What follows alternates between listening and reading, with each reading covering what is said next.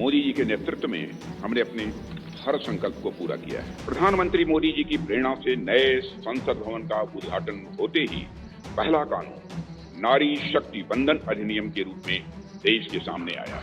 इससे बड़ा उदाहरण और क्या हो सकता है कि देश के 80 करोड़ से अधिक जरूरतमंद व्यक्तियों को प्रधानमंत्री गरीब कल्याण अन्न योजना के तहत 2020 से लगातार मुफ्त राशन दिया जा रहा है कि मोदी जी के नेतृत्व में हमने देशवासियों से किया गया हर वादा पूरा किया है।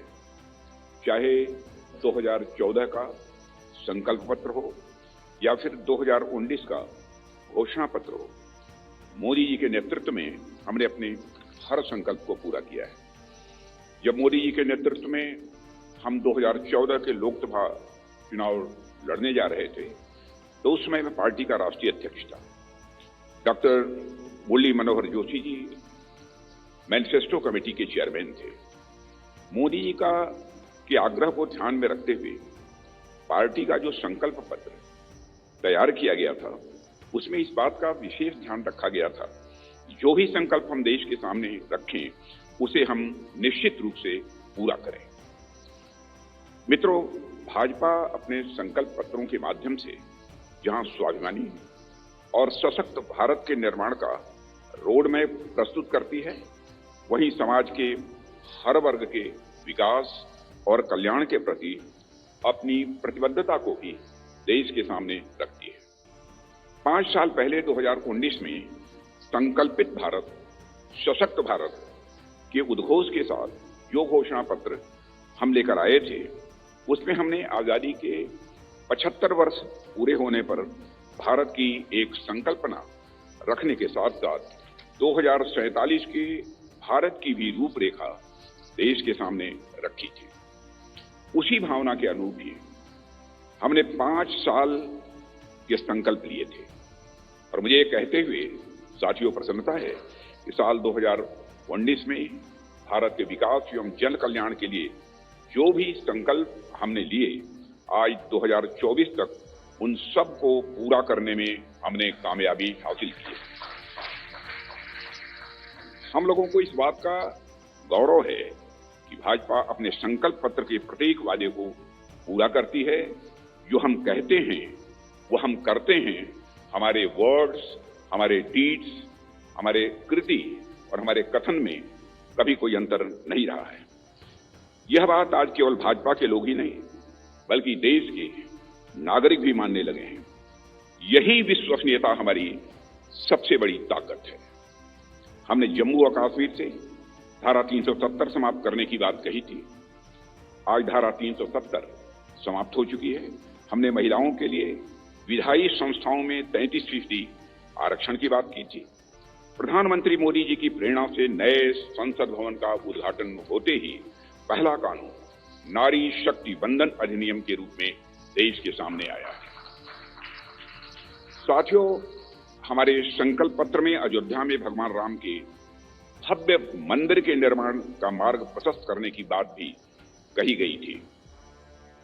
आज अयोध्या में रामलला की नव विग्रह में प्राण प्रतिष्ठा हो चुकी है। हमने अपने संकल्प पत्र में आत्मनिर्भर भारत के निर्माण की दिशा में कदम आगे बढ़ाने की बात की थी। आज उस दिशा में देश तेजी से आगे बढ़ रहा है। साथियों, हमने इंक्लूसिव ग्रोथ, समावेशी विकास की बात की थी और गरीब कल्याण के प्रति अपनी प्रतिबद्धता भी व्यक्त की थी।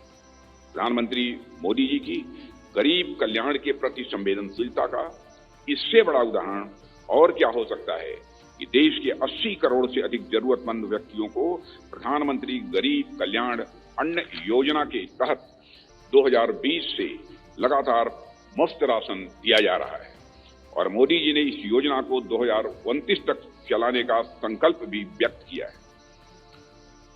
साथियों, प्रधानमंत्री मोदी जी के नेतृत्व में हमने पिछले 5 वर्षों में संकल्पित भारत सशक्त भारत के संकल्प को पूरा करने पर सफलतापूर्वक काम किया है।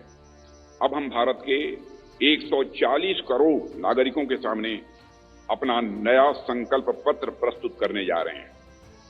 भारतीय जनता पार्टी के जिस संकल्प पत्र को आज हम जनता के सामने प्रस्तुत कर रहे हैं उसे तैयार करने में बड़ी एक्सटेंसिव और कॉम्प्रिहेंसिव एक्सरसाइज भी की गई है। संकल्प पत्र समिति के पास 3 माध्यमों से सुझाव आए। पहला, रथ के माध्यम से सुझाव हमारे पास आए। दूसरा, संस्थाओं और व्यक्तियों द्वारा पार्टी संगठन के माध्यम से सुझाव आए, हम तक पहुंचाए और बड़ी संख्या में ऑनलाइन इनपुट्स भी हम तक आए। 4 लाख सुझाव नमो ऐप के माध्यम से भी आए। करीब 10 लाख सुझाव वीडियो के माध्यम से आए। ऐसे करीब 15 लाख से अधिक सुझाव समिति के पास आए, जिनकी स्क्रीनिंग करके हमने उनकी समरी तैयार की। उनमें से मुख्य मुद्दे ढूंढे गए और उस पर चर्चा हुई कि इन मुद्दों पर हम क्या कर सकते हैं। इस बात पर भी विचार हुआ कि हम जो संकल्प लेंगे उनके फाइनेंशियल इम्प्लीकेशंस क्या होंगे। यह विषय केंद्र का है या राज्य सरकारों से जुड़ा है या समवर्ती सूची का है। इस विषय से जुड़ी कोई स्कीम चल रही है या नहीं और इसका हमारे मित्र देशों पर कोई असर तो नहीं पड़ेगा, यह भी सावधानी बरती गई है। सभी बातों पर बहुत ही गंभीरतापूर्वक विचार हुआ है। साथियों, हर विषय की 360 डिग्री एनालिसिस करने के बाद हमने विषयों को 24 ग्रुप्स में बांटा है, 24 ग्रुप्स में से बांटा है।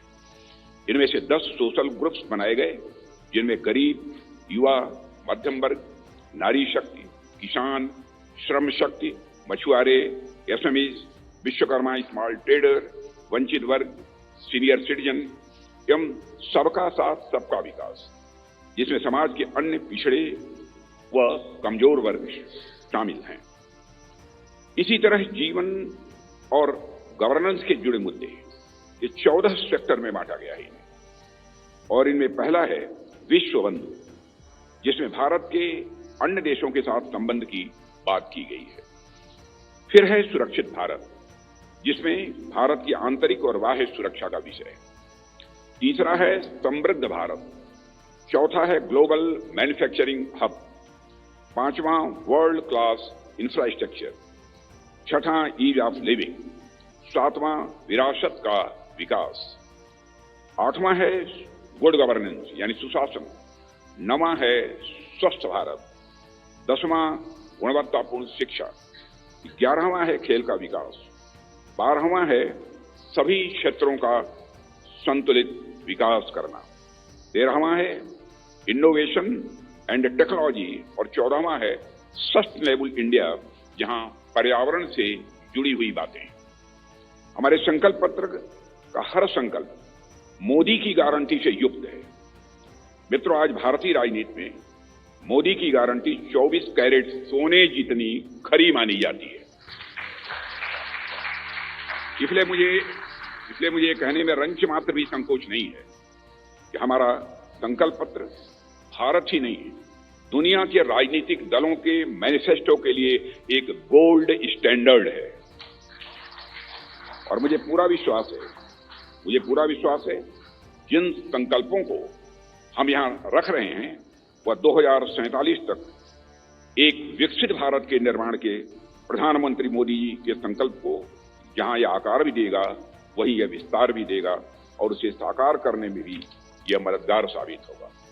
साथियों, मैं यह भी आपको की जानकारी में लाना चाहूंगा, इस संकल्प पत्र को तैयार करने में अपनी प्रतिदिन की अत्यधिक व्यस्तताओं के बावजूद हम सबके साथ देर रात तक बैठकर माननीय प्रधानमंत्री जी ने हम सभी का मार्गदर्शन किया है। उनके पास बैठने के बाद और उनके विचारों सुनने के बाद मैं स्वयं इस नतीजे पर पहुंचा, कैसा होगा हमारा विकसित भारत, जहां इस संबंध में उनके अंदर पूरी स्पष्टता है, वहीं पर आत्मविश्वास है कि यह हासिल होकर रहेगा। साथियों, इस इलेक्शन कमेटी की कन्वीनर श्रीमती निर्मला सीतारमण जी और जितने भी हमारे इलेक्शन कमेटी के सदस्य हैं, इलेक्शन मैनिफेस्टो कमेटी के, उन सभी के योगदान की मैं सराहना करता हूं। और अंत में मैं यह भी कहना चाहूंगा, साथ ही दिन रात सारे सुझावों को संकलित करना, अध्ययन करना और उसे संकल्प पत्र के रूप में तैयार करने में जो भूमिका हमारे रेल मंत्री श्री अश्विनी कुमार वैष्णव ने निभाई है, उसकी भी मैं विशेष रूप से मैं सराहना करना चाहता हूं। इन्हीं शब्दों के साथ अपना निवेदन समाप्त करें।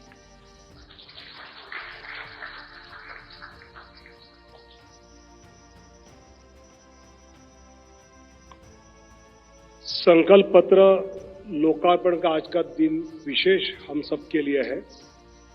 आज 14 अप्रैल भारत रत्न पूजनीय डॉक्टर बाबा साहेब भीमराव अंबेडकर जी की जयंती है और इस शुभ दिवस पर मैं आदरणीय प्रधानमंत्री जी को, आदरणीय राष्ट्रीय अध्यक्ष जी को और अन्य सभी नेताओं को संकल्प पत्र का लोकार्पण करने का नम्र अनुरोध करता हूं।